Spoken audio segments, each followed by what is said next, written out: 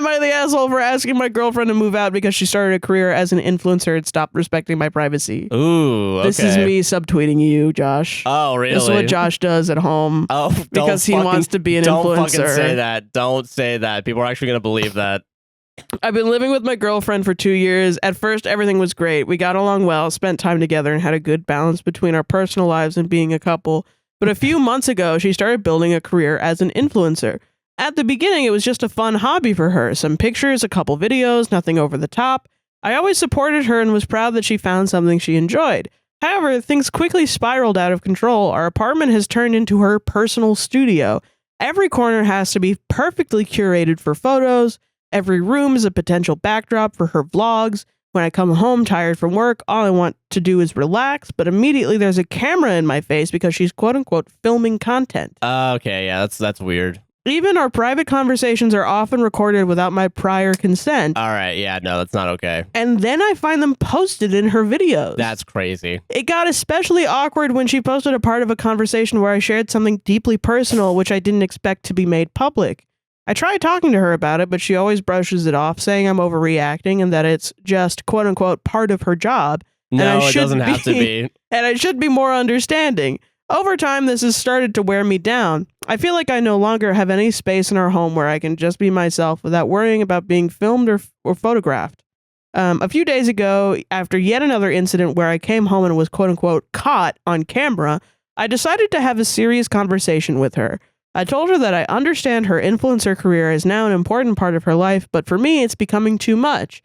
I suggested that maybe she should consider moving out, not because I want to break up with her, but because I need a private space where I don't feel constantly watched. She flipped out. She said I was selfish, that I wasn't supporting her career, that I was trying to control her. He's selfish? She accused me of sabotaging her success instead of being proud of what she's achieved. Now we're barely speaking, and I feel like my boundaries and needs aren't being respected at all. On one hand, I get that her job excites her, but on the other hand, am I really the asshole for just wanting some privacy and space in my own home? Am I the asshole? I guess we're professionals in this. Yeah, you're not the asshole, dude. Obviously. There's ways to make content online that isn't requires doxing your fucking partner. Yeah, you shouldn't. Without their consent. Like, that's crazy. It's a very reasonable boundary. Like, for sure. We even have people in our lives where, you know, you do a 4-hour podcast every week. Eventually you talk about your own life and the people in your family and stuff. But we both have very unique last names. Yeah, so it's a little bit like I don't want to say names on the show as much as possible. Yeah, and our audience is cool. We know that. Yeah. But it would cross people's boundaries if we said a lot of shit in our life say on people's air. full names, and like post their addresses or like be like, and so this is this person's trauma, and yeah, no, that's fucked up. Yeah, man. And it's so we decide not to do that for other people that have explicitly been like, well, please don't say this on the podcast. Yeah, and usually we're like, of fucking course not. Yeah, but then sometimes we do slip up. We're like, oh yeah, remember that thing? Because we're tricked into just talking to each other. No, yeah. And people are like, oh, can you not talk about that on the podcast anymore? I'm worried about this. And then we're like, oh yeah, absolutely. Yeah. Sorry. No, for sure. That's a part of the job. It's not a burden. Everything in our life has to be online, honey. Yeah, that's not Get healthy. Used to it. You're not allowed to relax ever. Well, yeah, that's it's not the healthy thing. for her either. Yeah, exactly, because you're blurring the line between work and life. Yeah. And like that's the problem here is that because like it's one thing like to be like curating parts of your place to like be photo ready, right? Like yeah, I get to me that I can understand, like keeping a nice clean place and having it all be like available for a backdrop, but like forcing your partner, she should have a studio.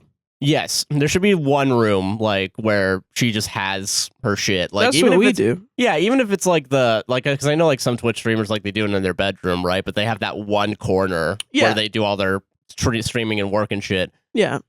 That's the which pro tip, don't do it in your bedroom. Yeah. It emotionally there is like a connection between your bed and your workplace. You need a place that's you gotta work from. Yeah. Even if you just work from home, don't work in your bedroom. Yeah, have separate places that you do work and stuff. But yeah, it's hard. It is hard to differentiate, but like it's not hard to not film someone like when they ask you not to film them. Yeah, that's not hard. But have you ever followed like a lifestyle influencer? Like closely? Have you ever been that type of person to like watch vlogs? Not real. I think the closest, I guess, would be like theme park vlogs, but those are really That's to get specific information, though. yeah. Like I don't usually follow like because I don't like family vloggers and shit. Like I think I'll see those sometimes. I'm like, you don't do this to your kids, man. It's like I've almost gone down that road many times, but like when I was a kid, I was like, I don't get why people follow Logan Paul or who's that other guy that's a piece of shit, Dobrik. Oh, David Dobrik, yeah. David Dobrik, or even the other guy with the glasses, Casey Neistat. Oh, yeah. Yeah, like even just like people that just filmed walking around in their life. I never got that. I didn't understand why people did that. I think Casey Neistat has a different vibe to him compared to the other two, at least. He like revolutionized it, right? Yeah, he's more of like a, I don't want to say filmmaker, but like he has more editing technique than like... Yeah, but you're still just watching a guy live life. That's true. Yeah, it's still... Even though it's more aesthetic. Like I've seen some aesthetic people try to make it like very filmy. Yeah. And that's where I think I almost fall down the rabbit hole. Like there was one person that I just started watching and I was like, this is influencer content. What the fuck? Yeah. And then how am I doing this? Like, why am I following her life? And part of it was like, oh, you're going to Disney? Yeah, you're living vicariously through them. Yeah. Yay, we're going to Disney. And it's like, wait, no. No, we're not. Wait, you are. Huh? They're like, oh, that's cool. I wonder what happens to them on their trip. And I'm like, wait a minute. No. Wait a minute. Yeah, why am I focusing on this? Yeah. I have stuff to do in my life that I'm ignoring right now. Yeah, by watching this. And I think it's very strange, but I do think it's a problem with influencer shit where you need to be relatable. Yeah, you need to be relatable and you have to be making stuff 24/7 like to even have a chance. There's like a importance on authenticity. So it's like, of course you're just filming all the time 24/7. Yeah, and that's how that content gets made. And honestly, there was that one story we did where it was like the there was the party going on and there was the vlogger friend that like just almost doxed them. Yeah. Like people deserve privacy if they want it, right? Like even vloggers do. Yeah, and vloggers should have some amount of privacy, you know? Yeah. I mean like how we do our setup, right? Like even though we are public and like out in the space, like one room is all we have. Yeah.